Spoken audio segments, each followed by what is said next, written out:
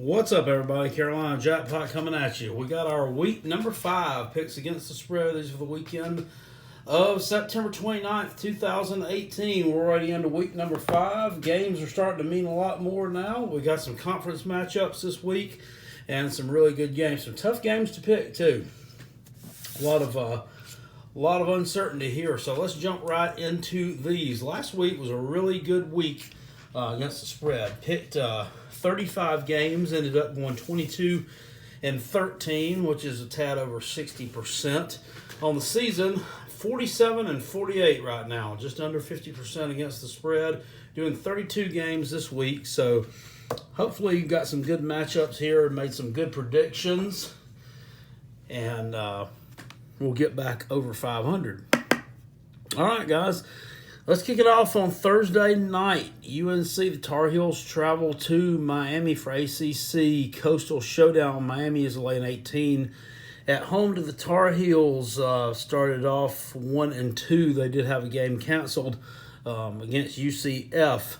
They did look better last time out. They got a win at home, 38-34, or I believe it was 38-35, something along those lines, against Pittsburgh. Last year, UNC was a 20-point underdog at home to Miami and ended up losing by only 5, so they did cover there. I, for one, don't trust Miami's defense. They've inserted a new quarterback in there, N'Kosi Perry is his name, taking over for Malik Rozier. Tossed 3 touchdown passes last week, albeit was against FIU. Is UNC's defense much better than FIU's? I don't know. UNC is 105th in the country against the rushing attack of other teams. So that lends a little bit of favor to Travis Homer and the Miami rushing attack. All in all, in this one, I think 18 points is a lot to cover. I know UNC didn't look really good the first 2 weeks of the year. However, that first week was a loss on the road at Cal, and Cal's turned out to be an okay football team. UNC came back and had a chance to win that one at the end. The game at East Carolina looked like a really, really bad loss at the time, but East Carolina's improved somewhat. They kept it pretty close last week against South Florida. So I think UNC is not as bad as they appeared to be. I think they cover the spread here, probably just barely. We'll need every bit of that, but I think UNC shows up and they take a loss to Miami, but 18 points is just a bit high for me. UCLA is at Colorado. The Buffaloes laying 10 at home against the 0-3 UCLA Bruins. Colorado on the flip side is 3-0. Wins over Nebraska and Colorado State.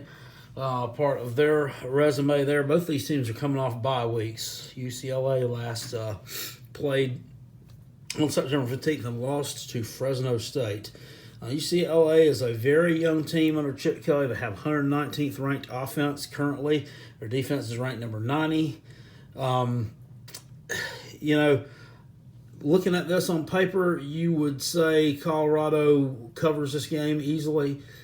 However, they're both 3-0. I don't think there's a whole ton of difference between these teams. I don't think Colorado is that great of a team. And to be quite honest with you, I think UCLA is going to challenge here because, honestly, they're 0-3 right now. And you got to look at this as one of their last legit chances for a win. You could probably look maybe at the game at Arizona State, but they have games against Stanford, Washington. They're at Arizona. They face USC.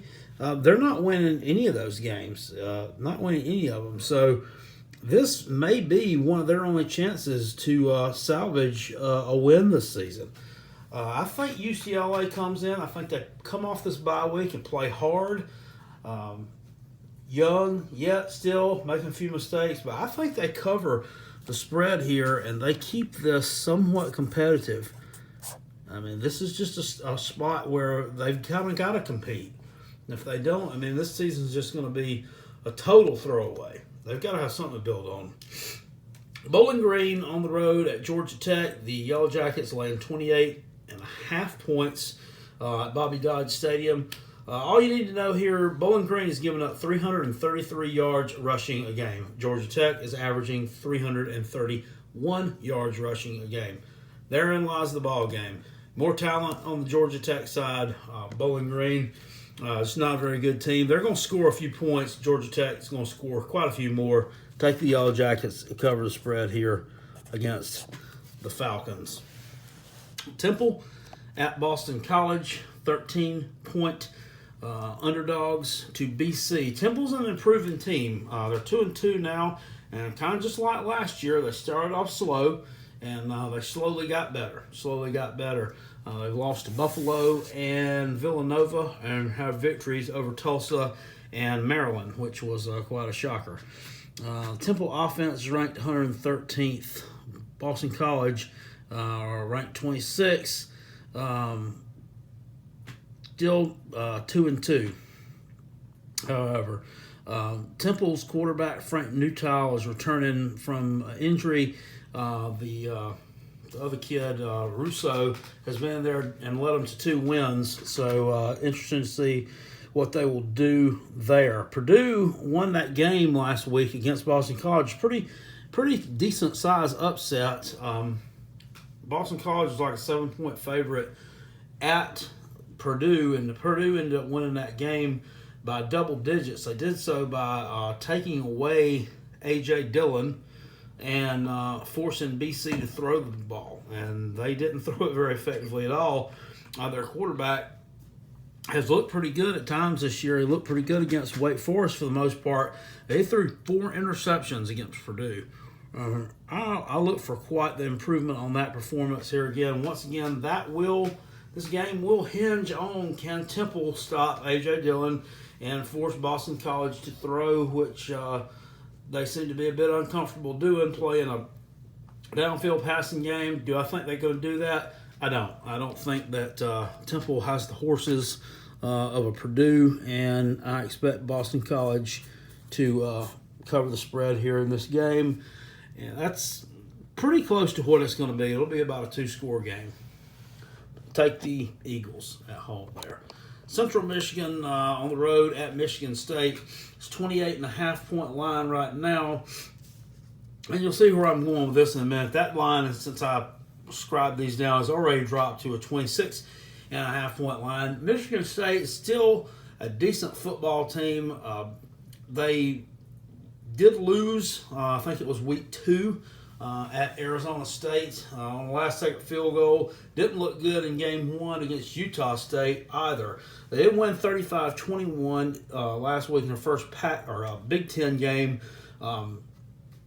at Wisconsin or at Indiana. What am I thinking here? That game was really close. It was a one-score game late. Then they scored again to get that 14-point margin. Brian Lewerke, quarterback, threw 2 interceptions against the Hoosiers. So I think Central Michigan covered the spread here in this game, not by a lot.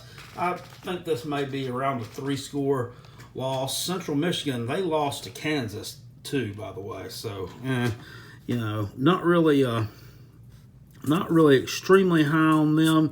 I don't think they're going to pull the upset or anything of that magnitude, but do take the Chippewas to cover the spread against the Spartans there. Texas A&M versus Arkansas in Dallas Cowboys Stadium. A&M has won the last 4 games these 2 guys have played in this stadium. Arkansas actually has the number 8 run defense in the country. Can they stop Travion Williams and Kellen Mond, though? That's the question. No, I don't think they can. A&M is 2-2 right now. Currently, their losses are to the number 1 team in the country in Alabama and the number 3 team in the country, Clemson, which they took to the wire in that game. That's the key. The Texas A&M just faced much tougher competition than Arkansas has. Arkansas, what I heard after the loss this past weekend, the 31-3 or 34-3, I believe it was, at Auburn. Chad Morris had had a closed meeting with the guys after the game. So I think they'll come out and play a little bit better here. But they just don't have the athletes to run the kind of system that he wants to run right now. This has not been a good season. I don't look for them to win an SEC game. If they do, it might be some kind of fluky upset deal against Ole Miss or something like that. But they're not winning this game, and I see Texas A&M playing really well here and covering the spread against Arkansas. Once again, everybody at least the past 3 to 4 weeks I know of has covered the spread against the Razorbacks. Syracuse on the road against Clemson. Now this one has gotten more interesting the past day or so. Of course, first and foremost, you could say this is kind of a revenge spot for Clemson. Of course, they dropped that game in the Carrier Dome last October, 27-24, to Syracuse on a Friday night. But is it really a revenge spot? I mean, the only thing that took away was an undefeated regular season. It really didn't cost them as far as playoffs. Clemson went on to shred Miami in the ACC championship game. I mean, it really, honestly, it probably helped them more than it hurt them in the long run. Both these teams are 4-0.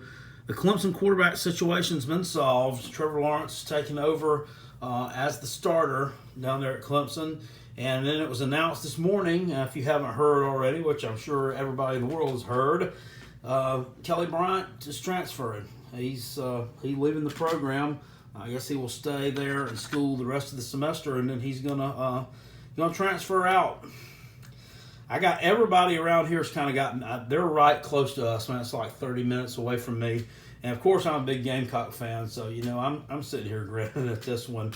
But a lot of people are kind of like they don't understand it. I'm kind of the mindset that I think he should have stayed loyal to his school. I mean, he's been there for 4 years, 5 years now. Maybe it's the fifth year senior, but he's going to take a year of eligibility as a red shirt. Good. Dabo Swinney let him know this week. He let him know at the 11th hour, pretty much. I mean, he could have talked to the dude after the Texas A&M game or something, and given him a little time to make up his mind. I mean, because pretty much it's like, Kelly, either you're going to play this weekend or sit it out, take your red shirt, and whatever you got to do. So he chose that he's going to leave the program. I think that he kind of should have stayed loyal myself and stayed with the program. Anything can happen. Lawrence can get hurt. Lawrence could not play well in a couple games, and I'll put him right back in there. But then, on the flip side, looking at that, Kelly's done a lot for that team. I mean, he led them to the playoffs last year. I mean, did he perform well in the playoffs? No, he didn't. But that Alabama team, I don't think anybody was beating them last year, and it's just kind of a crazy situation, crazy. I don't think Kelly Bryant's going to go real far in the NFL. I don't think he's got that kind of talent. So this is just kind of a mind-numbing thing to me. I mean, I thought that the guy was ready to graduate and move on with his life. He may already, in fact, be graduated and be working on some postgraduate type stuff. I'm not really sure, but at any rate, he's gone. And Clemson could be in trouble if Lawrence goes down. Chase Bryce, we've seen him in a few games this year, and he just doesn't look to me to be really game ready to face this kind of situations. Eric Dungy for Syracuse has thrown 9 TDs against 1 interception this year. They are 4-0. As said before, their 4 wins have come against not really good teams, the biggest win of which was a 30-7 victory against Florida State. They've also beaten Western Michigan, Wagner, and UConn last week. We do know Syracuse is going to score some points. They run a fast, hurry-up offense under Dino Babers. Dungy's averaging 7 yards per carry. He's got a running back, Mo Neal, who's averaging 5 yards a carry here. So this good offense for Syracuse, they're going to put some points on the board. Clemson's just too talented. They are just way too talented. The revenge spot thing, I don't think it's going to come into play. And how Clemson and their locker room is going to react to this stuff that is obviously a major distraction this week, and you can say these kids are going to handle it great. There are going to be no ill effects from this. No, but these are 18 to 22-year-old guys, losing their leader, and then all of a sudden, this guy's gone. This has got to weigh on this team. And even looking at this before any of that happened, I still think 24 points is a lot. Clemson barely beat Georgia Tech by that much last week, and Syracuse is a way better football team than Georgia Tech. Georgia Tech also shot themselves in the foot a lot in that game. They fumbled the ball 9 times. They lost one, which was the fumble in the end zone, which was jumped on for a touchdown by Clemson. But the other 8, and they're recovering these balls, but, you got to think, 9 times out of 10, if you're putting the ball on the ground, it's still a negative play, even if you recover it. So Georgia Tech kind of shot themselves in the foot, like I say, there to begin with. I don't think Syracuse is going to make those kind of mistakes. This is an improved team. Last year, after Eric Dungy went down, the team didn't win another game. This year, he's healthy. They've won all 4 games. It obviously goes in sync there. I think Syracuse covers the spread here. I don't think they're going to pull the shocker. Look for Clemson to win by about 3 scores.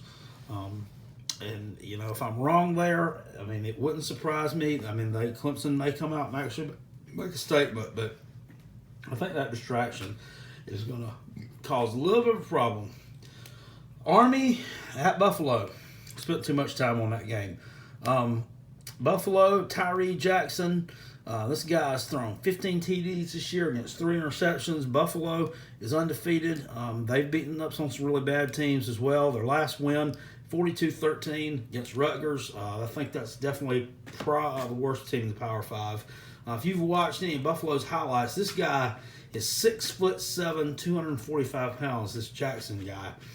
He just looks like a power forward out there chucking the ball around. I think Army is going to cover the spread here. I don't think they're going to win the game. I do think Buffalo will go 5-0. But as we've seen, Army 2 weeks ago, they covered the spread and defeated a previously undefeated Hawaii team at home. They went on the road last week into a very, very hostile environment against an uber-talented Oklahoma team and lost by a touchdown in overtime. This is a tough bunch. I'm going to pick them to cover the spread here. I think Buffalo ekes out a victory, but it wouldn't surprise me to see Army win this game. After they lost to Mon Bradshaw, I thought it was really going to be a rebuilding year for them, but they've stepped their game up. Their record doesn't show it. Those are losses. The losses to Duke on the road, the loss on the road to Oklahoma, they'll count as L's, but they are still pretty potent. And they're going to end up winning some ball games as that schedule softens a bit. West Virginia on the road at Texas Tech. This is an interesting one. This game is an over-under of 77 right now. That's nuts. Texas Tech had a win last week over Oklahoma State team. It played really sloppy and played really bad. So I wouldn't put a whole lot into that. Oklahoma State is kind of rebuilding this year. They were coming off of, a couple weeks ago, that big win at home over Boise State, which was much, much easier than most people anticipated that to be. And the thing with Texas Tech and some of these teams in this Big 12, if you let them get out to a lead, they can just cruise and totally crush you before you even know what hit you. So that's kind of what happened to Oklahoma State last week. I'm not going to put a whole lot of stock into that. You got to look also at what happened to Texas Tech week 1 against Ole Miss. Just totally dominated, 47-27 loss there. This team is, they're prone to making mistakes. Also, it's going to be a hostile environment in Lubbock. Now, make no mistake about it, Texas Tech has improved. I just think this is West Virginia's year. Will Grier is a legit Heisman Trophy candidate. I think he's gonna do what needs to be done here to win this game. 3.5 points is not a lot. These teams typically in the Big 12, they trade touchdown for touchdown, or somebody will go up 2 touchdowns. It's just kind of like watching a ping pong ball bounce across the table sometimes when some of them get together. West Virginia's defense has played pretty well at times this year, especially last week, holding Kansas State to 6 points, 35-6 victory at home. I'm going to take WV in this spot. Country Roads to cover against the Red Raiders. Oklahoma State at Kansas. Oklahoma State is laying 18 on the road against the Jayhawks. Oklahoma State, they'll rebuild from that loss last week, and they'll be just fine. They're seeing one of the better teams in the Big 12. Kansas is 116th nationally against the pass.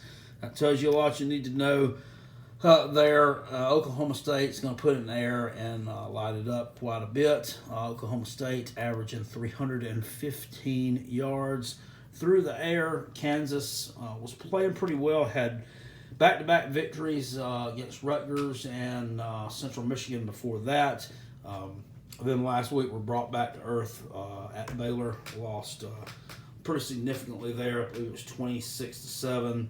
And Oklahoma State, I believe, to be a better team than Baylor, a more complete team than Baylor. So I think that Oklahoma State here has no problem covering the spread against the Jayhawks, who are an improving team. They are improving, but they're not there yet. Virginia at NC State. This is one of those old ACC matchups from the pre-divisional days, which they split off into back in the early 2000s. These teams used to play every year. Prior to last week's win over Louisville at home, Virginia lost 5 in a row to ACC Atlantic foes. Their quarterback, Bryce Perkins, has done a good job. 970 yards, only a couple of interceptions. Jordan Ellis averaging 6.3 yards per carry. They only have the one loss on the road at Indiana. These two guys are pretty evenly matched. Of course, Ryan Finley yet having a pretty good year for NC State, despite losing a whole lot of talent on defense. That team, they've given up some points, NC State has, but they're still plugging along. Kelvin Harmon's come up with some big catches for them. Last week, 37-20, they covered the spread on the road against a talented Marshall team. I'm going to take NC State here to cover the spread in this one and win it. This only might be by about a touchdown. Virginia's looking a lot better than they have been in the past.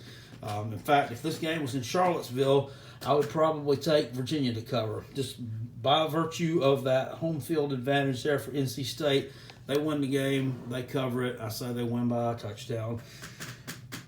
Texas, number 18. Ranked. Once again, Texas has reeled off 3 wins in a row after that opening loss to Maryland. They have not won in Manhattan, Kansas since 2002.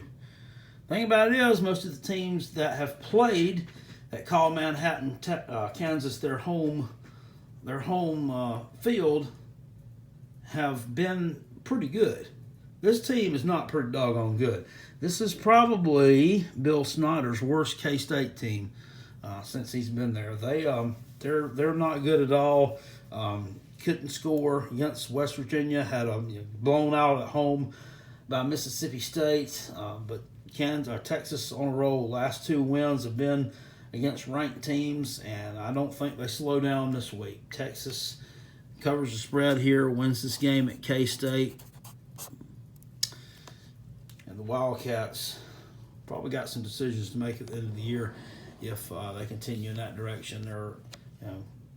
Bill Snyder's one of those guys, probably a victim of his own success. After a while, a lot of these guys, when they get older like that, you saw it happen with Bobby Bowden, saw it happen with Joe Paterno, and to a certain degree, many, many years ago, it happened with Bear Bryant the last few years. The teams just don't have the pop they once had. Tennessee on the road at Georgia. This is an interesting one here that a lot of people have been discussing. A lot of people. 31.5-point favorites, even more than that. Some places it's 32.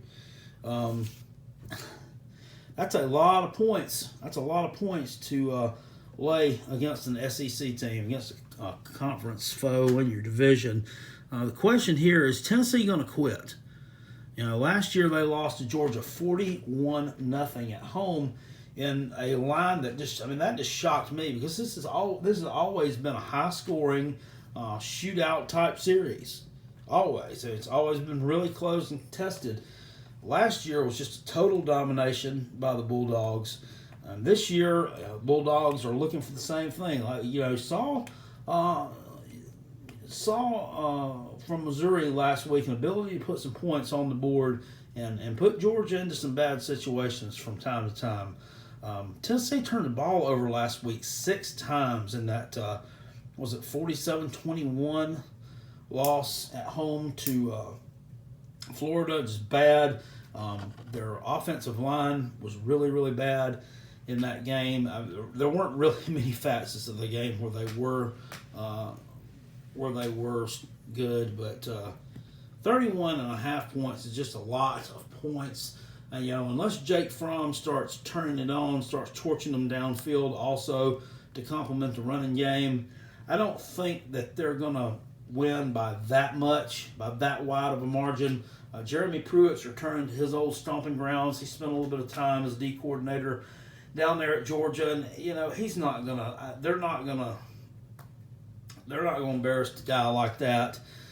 I think that Tennessee will cover the spread here. I think this is going to be about a 4-touchdown loss. Look for like a 42-14 game, 41-14, something like that. I think they just barely come in under the gun, but I think Tennessee will cover the spread here. I think they're going to play hard and try to save themselves some embarrassment. And the thing about Tennessee is also, too, before I get off them, all is not lost for their season right now. You lose one conference game against one of your rivals, and it was a bad loss. But things they can build on things from that. They're not necessarily can go 0-8 in their conference again this year. I could see Tennessee beating Vanderbilt. I could see Tennessee potentially upsetting Kentucky at home. If my South Carolina Gamecocks don't bring their A game, I could see us losing to them. I could see them possibly upsetting Missouri. It's possible. There are some other teams out there they're not beating. I believe they face Auburn. They're not winning that game. They're not beating Alabama. They're not beating Georgia. But some of these others are winnable if they bring their A game and they really execute. Florida State on the road at Louisville. Well, this was once a marquee matchup in the ACC, wasn't it? Not anymore. DeAndre Francois did look better last week for FSU. 252 yards through the air. Louisville looked really bad last week. They got some questions at quarterback already. They've already replaced the Puma Pass dude with another quarterback there, Bobby Petrino, trying to figure out what's going to work. They lost 27-3 on the road at Virginia last week. Just terrible. I think Florida State may be beginning to click a little bit under Willie Taggart. They're not clicking loud, and they're not by no means winning the going to make some kind of play to win the Atlantic or anything like that. But I think they're going to win a few games this year. This might be a 5-win team. They may get to that 6-win mark before it's over with. And I think they win this game, and I think they're going to cover the spread at Louisville. This could be about a touchdown, 10-point victory somewhere in that neighborhood. All right, we're flipping on over to page 2, moving right along here into another Big 12 matchup. Baylor on the road at Oklahoma. Baylor's going to have to move the ball and score points with Charlie Brewer, and I think they will definitely do that. He's got 6 touchdown tosses so far this year, 60% Completion percentage, they are 3-1 with that one loss, a 27 loss at home to Duke. A little surprising. I thought that they would have done a little better than that. Oklahoma not exactly looking the same since Rodney Anderson went down last week. They kind of escaped with an overtime win at home against Army. I think they're going to be fine. I think Oklahoma's still the team to beat in the Big 12. But 23.5 points, that's still a lot to cover against a team that can score points, against a team that's going to put it in the air and move the ball against you and force you to pick up your pace a little bit. Look for the Bears here. Cover this spread. I think Oklahoma wins it by about 3 scores. Pittsburgh on the road at UCF in Orlando, Florida. UCF's 3-0, and I think they are definitely going to take advantage of this game. It's their only game they'll have this year against a Power 5 team. The North Carolina game got canceled because of Hurricane Florence. And UCF relishes these type of games. They relishes these type of games where they can take on a Power 5 team and beat them. This is a spot here where they can not only beat this Power 5 team, I think they can dominate in Pittsburgh. Not very good. You've already seen them get absolutely manhandled at home against Penn State. They lost on the road to a North Carolina team that is not that great. And UCF, they're just picking up where they left off last year. Changeover in coaches. Scott Frost gone. Josh Heupel in there now. They haven't missed a beat. They may be even scoring even more. They got the number 5 offense in the country, Mackenzie Milton, looking every bit the part. They're coming off an extra day's rest as well. That last game, last Friday night, where they knocked off Florida Atlantic by 20 points at home. I think UCF covers in this game and cruises to a pretty sizable win over the Pitt Panthers in Orlando. Pitt just not able to keep up there. Here's your one. Purdue on the road at Nebraska. Purdue laying 3.5 on the road. I kind of looked at this one and I just wondered if this was just like a misprint. Nebraska's terrible. They have started off 0-4. Replaced Mike Riley with Scott Frost, and you can make the argument they're worse off this year than they were last year. They're looking really bad. They lost last week by 46 at Michigan. They lost worse than Western Michigan or powerhouse SMU did in the Big House. Just really, really bad. 56-10 loss in a conference game. David Blau for Purdue's already thrown for almost 1,000 yards. Now he's completing 71% of his passes here. Nebraska, I don't see any way that they cover the spread. I don't see them winning this game. Would it give me a heart attack if they found some way to win it? No. But after looking at Purdue last week against Boston College and what they came up with defensively to go with a very potent offense, I think that this is a no-brainer here that they cover this spread against Nebraska and win that game on the road. South Alabama on the road at App State, the Jaguars and the Mountaineers in a Sun Belt Conference matchup. South Alabama has played a tough schedule. Oklahoma State, Memphis, and Louisiana Tech out of the Conference USA. That game against Louisiana Tech was really close. Memphis had to score 3 late touchdowns to pull away from South Alabama last week. It was a 21-17 game pretty late there in the third quarter, and then Memphis salted it away late. So, this team can kind of keep up. Louisiana Tech was a team that they only lost to by 4 points in the season opener. You saw Louisiana Tech give LSU some real competition this past week also. Zach Thomas has took over at quarterback for App State, taking over for Taylor Lamb. He's done a great job. 6 TDs, 1 interception he's thrown. That's an 80% completion rating. And App State has had their season shortened by one game. Also, they had a home game against Southern Miss, which was canceled also due to the hurricane. So, this is a game where I think South Alabama is going to come out and play fairly well. I take them here also to cover the spread against App State. Don't think that they're going to win. Looking for about a 24-point loss there for the Jaguars, but look for them to play well for a while in that game and keep it a little closer than what they'd like. Auburn is coming off their lowest rushing output since 2011 in that game against Arkansas. They do have just more talent in the trenches than Southern Miss. I mean, by a long shot. They are just not even close. We watched Southern Miss last year make a bowl game and just absolutely get manhandled by a really bad Florida State team. They don't compete well. They don't match up well with Power 5 teams. They do okay in Conference USA and with teams at their level, but Auburn is a really tough place to play. I don't see Southern Miss keeping this one close at all. Look for the Barners and Jarrett Stidham to have a big day and win that game.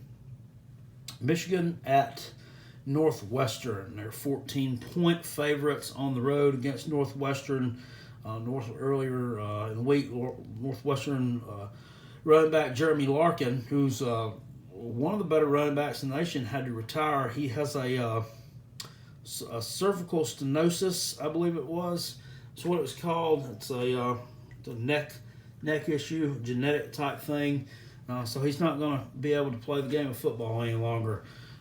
So that was one of their better players that they are now without. If you look in the past last year, Northwestern started off slow, and then they came back, slugging. Ended up making a bowl game and winning it and doing really well. Northwestern does really good in this spot when they're like a wounded animal kind of pushed off in the corner. And you think they're done, but they come out swinging. I don't think they're going to win the game, but I think they're going to give Michigan a stiff test. Michigan's offense has started clicking the past few weeks. They've been putting up some points, looking real good, a lot better than they did in that Notre Dame game to start the season off with. Only bad thing is they've played some really bad teams. Really bad teams putting up a lot of yards against Western Michigan, SMU, and Nebraska, teams that they've just absolutely dominated just due to lack of talent there. Look for the Wildcats. Cover the spread here at home. I think they're going to come out emotional and keep that thing pretty close. Florida on the road at Mississippi State. Mississippi State last week in that loss to Kentucky was 28-7, really sloppy performance. They were penalized 16 times for 139 yards. You cannot win games playing like that. And Mississippi State, we know, plays a lot better at home. Not that they play really bad on the road as a rule, but at home they have a tremendous home field advantage. They've got 247 yards rushing per game. Florida is 97th in the country against the run. Once again, I think therein lies the problem. Florida has gotten back one of their better players on defense, David Reese, one of the linebacker who has come back. Came back last week against Kentucky. Was not there for against Kentucky. Came back last week against Tennessee. Got those a little bit mixed up. Brain gets a little scrambled when I get to talking about too many of these games. But I think Mississippi State comes out and makes a statement, and they cover the spread in this game. That was a very disappointing loss last week that they took to Kentucky, and they're not going to drop their other game to SEC East foe, especially not at home. It's a bit too tough there for the Florida Gators, and they beat Dan Mullen. Utah on the road at Washington State. This is a 1.5-point spread, really, really tight. Washington State lost their first game of the season last week to USC, 39-36. Utah is the number one defense in the country. I don't know if a lot of people know that. They're number one versus the pass. Washington State loves to pass. Utah is off a bye week after they kind of beat up a little bit against Washington, who's a very physical team. So they lost 21-7 at home. they need a big win in conference, and I think that they get this one on the road in Pullman on Saturday evening. Look for the Utes here, and Tyler Huntley, who's really an underrated quarterback, and so Zach Moss, their running back. A lot of people don't know about these guys, but they're pretty doggone good, and I'm going to take them to cover the spread here against Washington State and get a big Pac-12 road victory. UTEP on the road at UT San Antonio. UT San Antonio, the one of the Roadrunners, laying 10 at home against the Miners. This is the Toilet Bowl. 0-4 UTEP, 1-3 UT San Antonio. Just looking over their stats a little bit, I think I'm going to trust the UT San Antonio bad defense a little bit more than I'm going to trust the UTEP bad offense. UTEP, all the action I've really seen of them was some of their game against Tennessee, and they kept it kind of tight in the first half. They've lost like 15 or 16 games in a row. UT San Antonio's played a tough schedule. Also, Arizona State, Baylor, and Kansas State. So two Big 12 teams there, and then Arizona State out of the Pac-12. Typically when you got a little bit of a tougher schedule there, it kind of toughens you up for these type games in your conference. This is a battle for to stay out of last place in Conference USA, and I take UT San Antonio to cover the spread here and win this game. Virginia Tech on the road at Duke. This is the battle of two backup quarterbacks. Ryan Willis will be starting from now on for the Hokies, taking over for Joshua Jackson. Broke his leg towards the end of the shocking upset loss to Old Dominion. Quentin Harris is the quarterback now at Duke. He's taking over for Daniel Wilson, who broke his collarbone. And he's got a couple of games under his belt so far. Can Virginia Tech rebound here? Was that win or that loss on the road at Old Dominion? I mean, what was that? I had a feeling in that one that I should have taken them to cover the spread before I even got done with that one, and I was tempted to, but I didn't. I never thought that they would have lost that game. I think they have like a 99.1% chance of winning that game. ODU, just a great performance. First win ever over a Power 5 team. Now Virginia Tech has to rebound. Now they're the wounded animal against Duke. Duke's 4-0. They're ranked number 22 in the country. Virginia Tech coming in. This is a perfect spot to play a spoiler. Virginia Tech's still a decent team. And they're 3-2 the last 5 years against Duke. Duke typically is a team that'll start out decent. Last year they started off 4-0. They lost their last 6, and then ended up winning their last 2. Made a bowl game.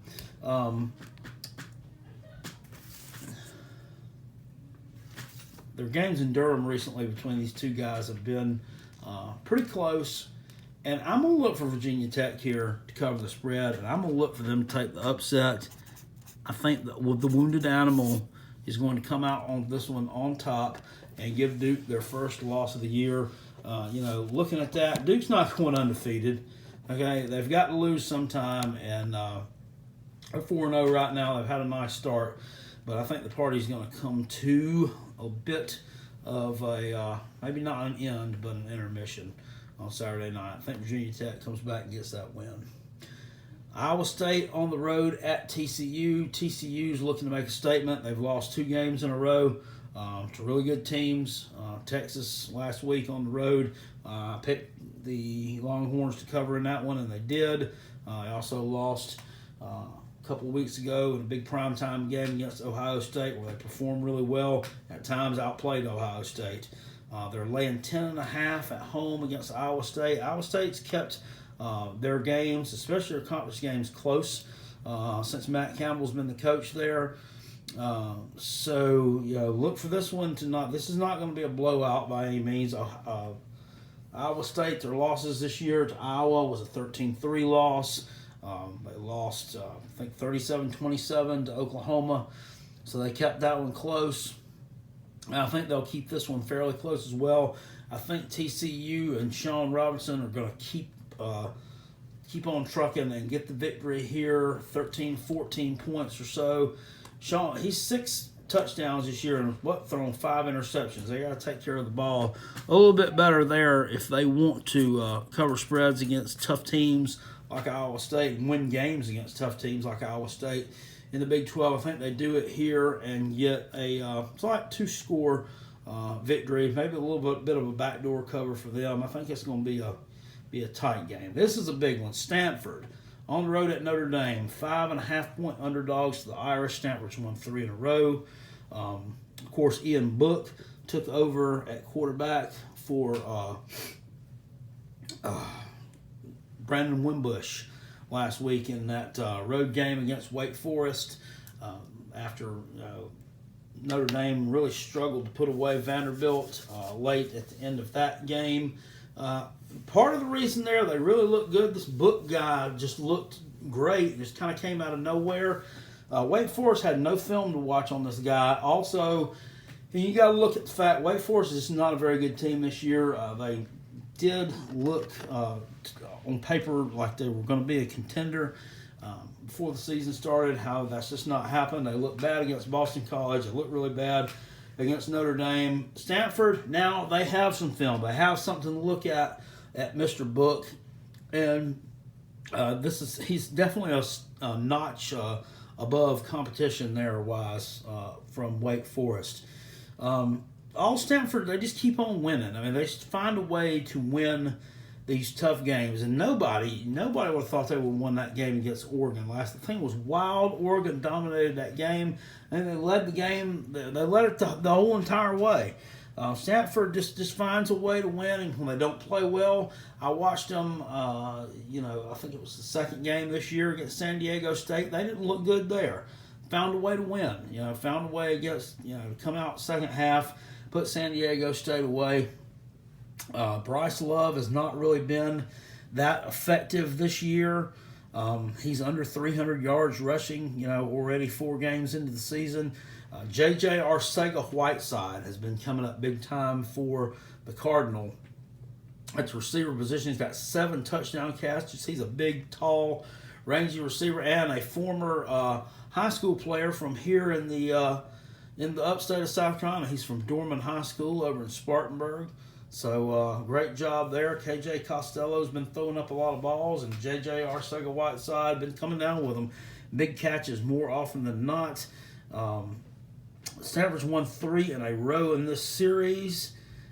The underdog in this one, 4-0 against the spread the last 4 years. To me, all that points to Stanford winning this game, covering the spread on the road at Notre Dame. I think they find a way to get it done here. I don't trust some guy that's just going out there making his second start at quarterback to be able to beat a team the level of Stanford. South Carolina versus Kentucky. South Carolina has played 1 less game than Kentucky has this year.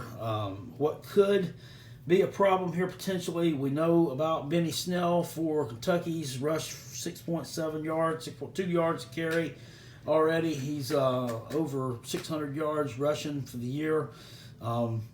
He's a really good running back, Heisman Trophy candidate, albeit a dark horse type. I mean, teams like Kentucky don't normally produce Heisman Trophy candidates, but he is one right at this point in time. I'll reserve some of my feelings about these guys from a trash talking video. We got some Benny Snell kind of likes to shoot his mouth off a little bit, but he's backed it up for the most part this year so far. I really don't think he's played a heck of a lot of competition. I think South Carolina will be the best team he's faced so far. That includes Mississippi State as well. You can say if you shut down Benny Snell, you're going to shut down Kentucky. That's not necessarily so. Terry Wilson's done a nice job for them at quarterback. He's thrown some decent balls, a lot of them long touchdown passes, a couple times against Florida, little Lynn Bowden. That could be a problem. Jake Bentley, 6 TDs for the year against 3 interceptions.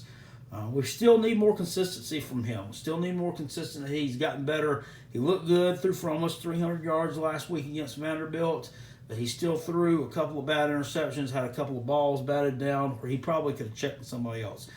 We have lost our big possession receiver, Ortre Smith, true sophomore from the Charleston area. He's got a genetic problem with his knee that he's going to have surgery on immediately, and he will not be back until the 2019 season. So Ortre should come back as a sophomore again, should get that medical red shirt, and be ready to go for us next year.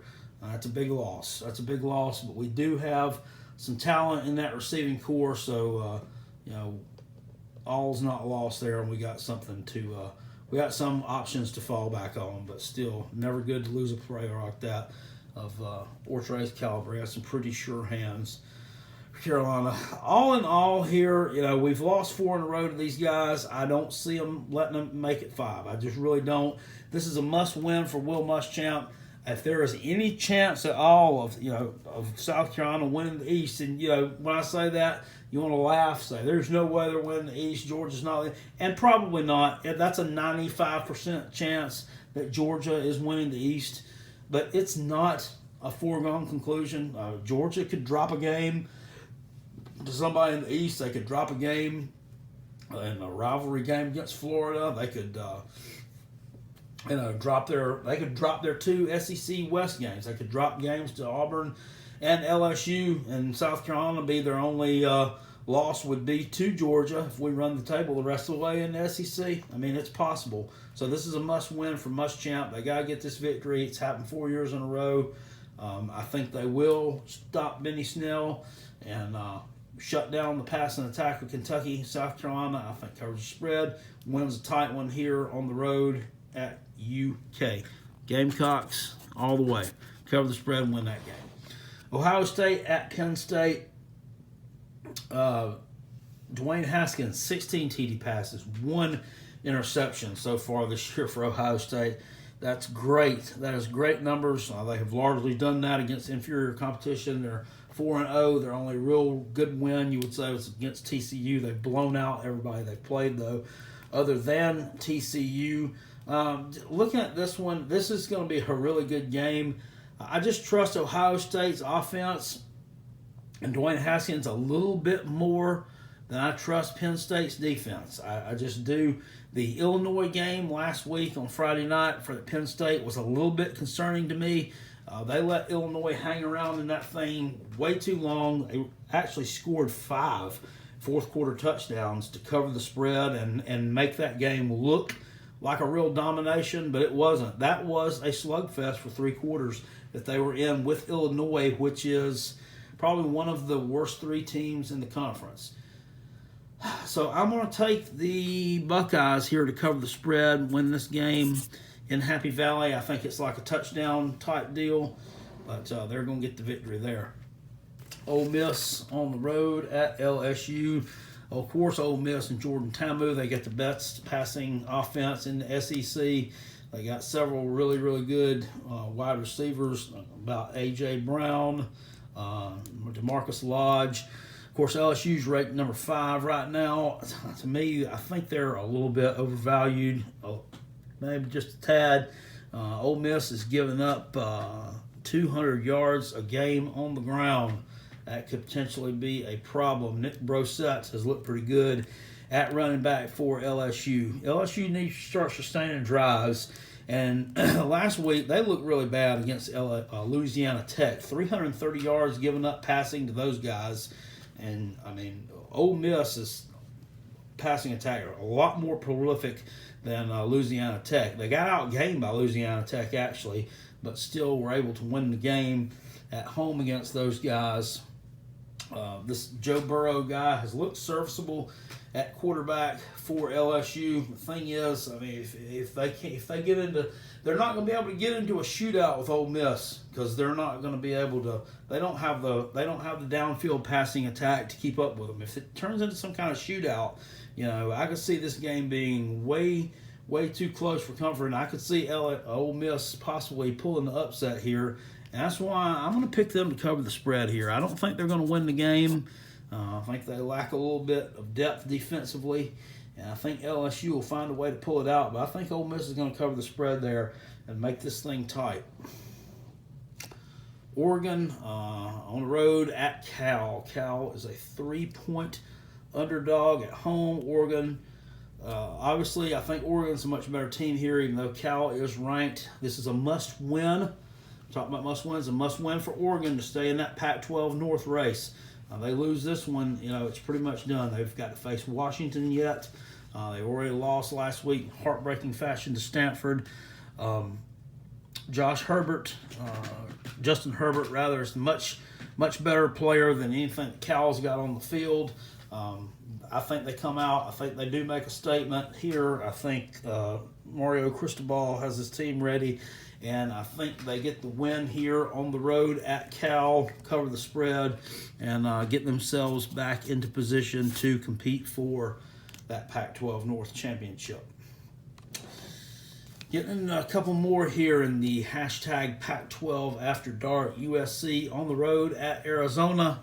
USC is a 3-point favorite on the road against the Wildcats. Can Arizona run the ball versus USC? Bryce Love had his best game of the year against them. He hasn't had a lot of real good ones this year. J.J. Taylor for the Wildcats picking up 6.7 yards a game. They have a former slot receiver named Gary Brightwell who's picked up 6 yards a carry in that one. So they haven't really needed the services of Khalil Tate as yet. They're 2-2 now. They can't have a couple of disappointing losses to start the season, but they've evened their record back up at 2. This is a game here where you're talking about your Pac-12 South, your weaker weaker division, or your Pac-12. USC's in the hunt there. Arizona certainly in the hunt there. Utah's in the hunt there. This is a big game for Arizona. It's a big home game, and I think that they're going to get the win here. I think they've got a little bit more experience. I think that also their coaching's just a little bit better. I think Kevin Sumlin's starting to feel his way into that position there and is doing a nice job. Look for Arizona to cover here. I think they're going to get the win. Last game of the night, BYU at Washington. BYU has really got a big physical defense. Washington has a great defense. This is going to be a slugfest between these two teams. When you typically have these slugfests, 17.5 points is a lot. That's a lot of margin to give up there. BYU's got 2 solid wins this year, of course, against the aforementioned Arizona and that big upset win on the road at Wisconsin. Washington's a talented team offensively, but they really haven't shown a lot of flash this year. They're just finding a way to win these games. They don't cover a lot of spreads. Not really impressed with the numbers they've been putting up, but they find a way to win ball games. They're 3-1. I think BYU covers the spread here. They have done some things offensively, kind of mixing up the run and pass with Taylor Mangum. They look like a totally different team than they did last year.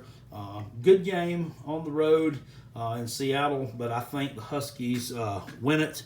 However, I think BYU covers in a close one here. I don't see them going on the road and just have enough gas in one season to beat Wisconsin and Washington on the road. But I think they'll cover the spread and keep it competitive. All right, guys, that's my Week 5 in the books. Stay tuned to see how I do. If you like this video, please make sure you give it a thumbs up. If you didn't like the video, you don't like the content, feel free to give it a thumbs down. Feel free to leave me something down in the comment section below, how you think your team's going to do. If you have any criticism of any of my picks, go ahead and leave it down there. If you agree with them, leave that down there as well. Make sure you subscribe to the channel. We do these every week. And make sure you share this to your favorite social media site, your Facebook, your Twitter, or whatever other account that you want to. Feel free to link it in some other YouTube video. Who knows?